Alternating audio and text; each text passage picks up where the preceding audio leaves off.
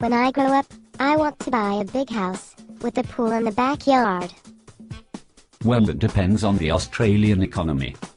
Over the last 3 decades, Australian house prices have recorded periods of growth but also periods of weakness. There are many factors in the Australian economy that justify this.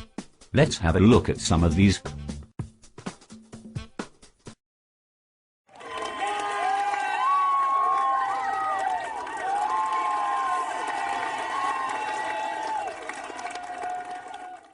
Welcome to XXN Evening News. Today our main story, why Australia's houses are so expensive. To explain the factors is special guest, economist Chris McQueen. Thank you, Bertha, and good evening to you too. Yes, it's true, Australia has seen a significant boom in house prices over the last 2 years. This could be due to many economic factors that people should be aware of. Yes, it has been said that Australia has a shortage of homes. How would you explain that? Well, Bertha, there is a lot more to it than that.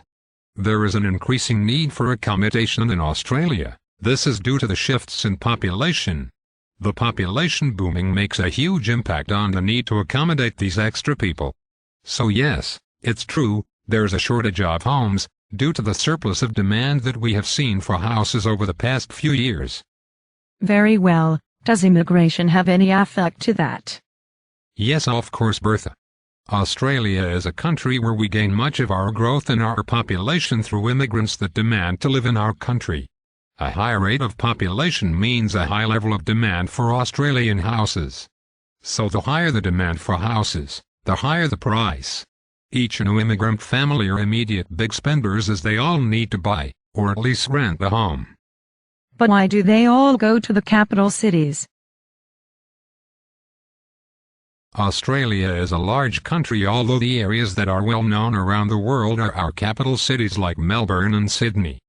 People are looking to the capital cities because they are most desirable in terms of proximity to retail, workplaces, public transportation, cultural opportunities, restaurants, and entertainment.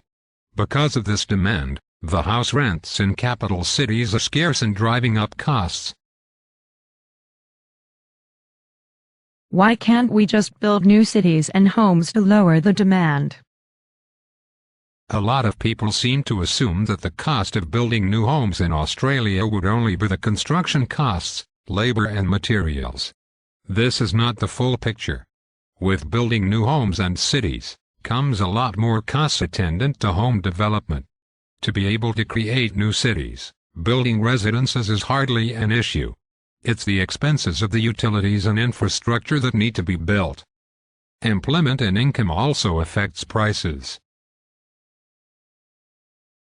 How can this be, Chris? Australia is known for its high wages and low unemployment rates, and as a result of this, banks are offering 40-year mortgages and interest-only loans, which enable people to buy more expensive houses. This all increases demand for houses in Australia.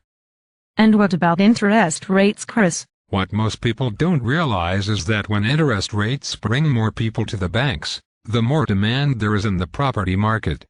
Lower interest rates means more amounts of money people can borrow and hence pay for a house. This, increasing house prices in Australia up. Oh, and what about the first homeowner's grant? Now that has to make houses more affordable, right? The first home buyer's grant has quite similar effects on the Australian property market as interest rates. Now, how can that be?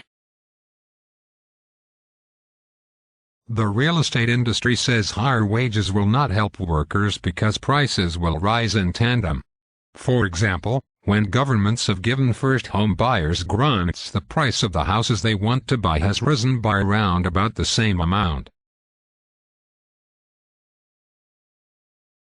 People say that Australia has a shortage of tradespeople. In Melbourne, the reality is that the building industry cannot build enough homes to meet demand due to the shortage of skilled tradespeople and shortages to suitable zoned land. Now this brings the problem of having not enough supply to match demand, failing to be at all close to equilibrium. Oh wow! Now, that is a lot of factors. And we are about to run out of time, so thank you, Chris, for being here. This Bertha Collins, XXN Evening News.